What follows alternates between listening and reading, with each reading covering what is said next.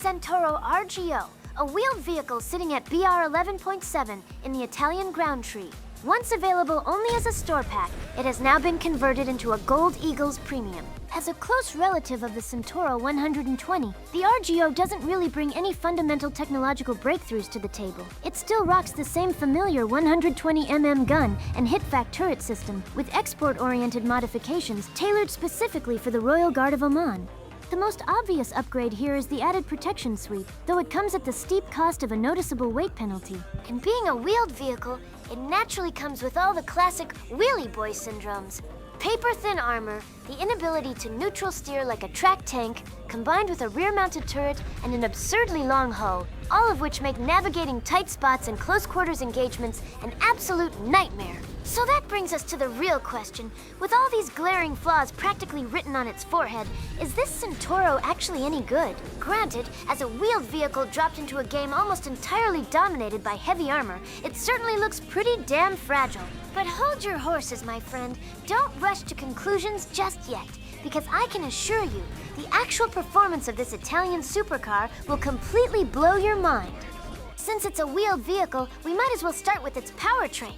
Packing a 550 horsepower engine against a 29.5-ton combat weight, the RGO's power-to-weight ratio sits at a rather modest 18.6 horsepower per ton. On paper, that acceleration isn't going to blow anyone away.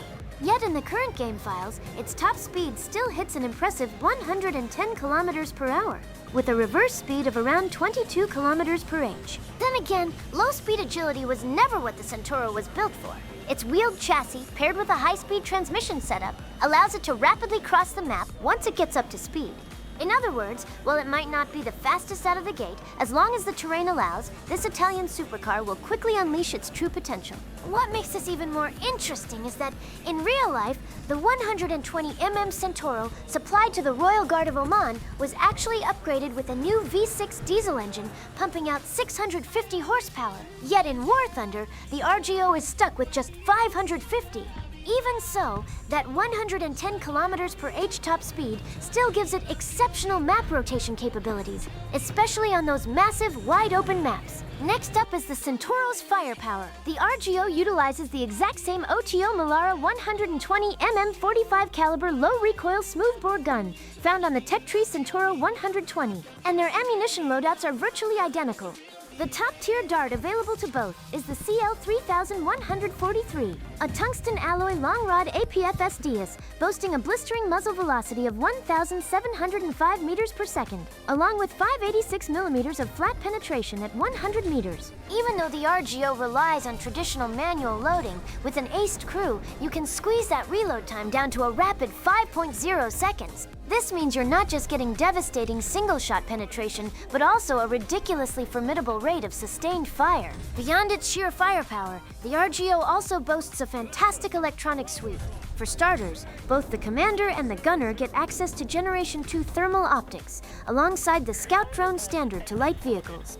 All of these provide a massive boost to target acquisition and situational awareness, which is vital for a high-mobility vehicle. And while it lacks an engine smoke generator, the 4 separate salvos of smoke grenades are more than enough to cover your retreat in most sticky situations. Next up is the survivability issue, which is pretty damn obvious. As a wheeled vehicle, the RGO has virtually zero armor to speak of.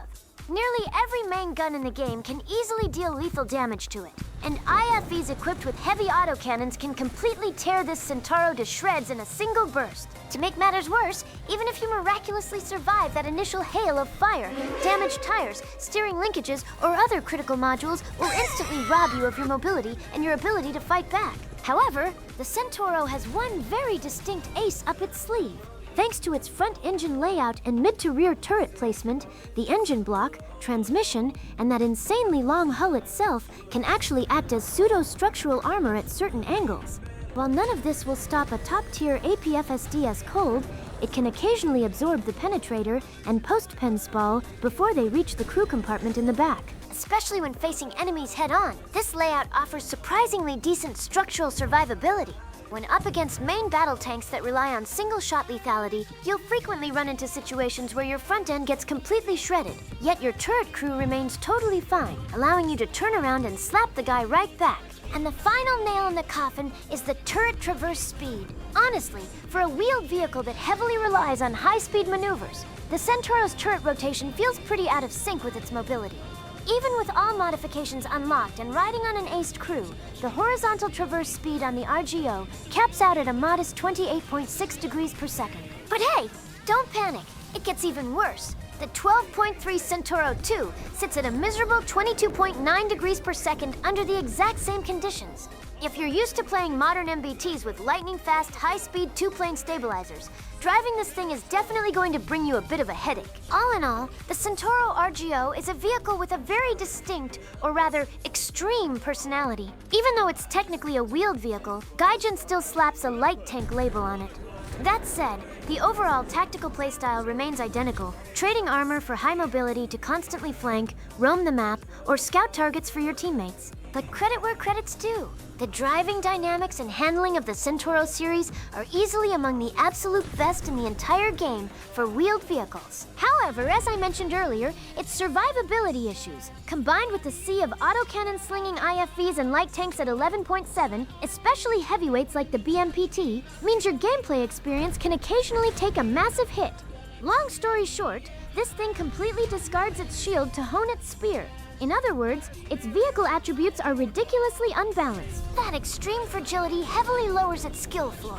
For a beginner, this is definitely not a forgiving, well-rounded ride like the M1A1HC or the T80UE1. It demands top-tier map knowledge and situational awareness.